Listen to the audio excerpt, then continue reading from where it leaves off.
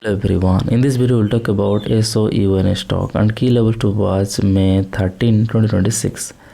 In the last trading session, the stock formed a bearish candle closed at $8.06. On the weekly time frame,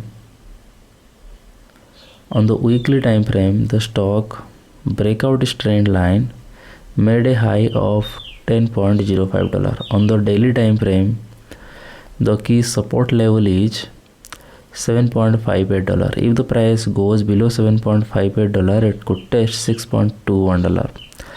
The key resistance level is $8.95. If the price breaks above $8.95, it could test $10.05. That's my view on SOUN stock today.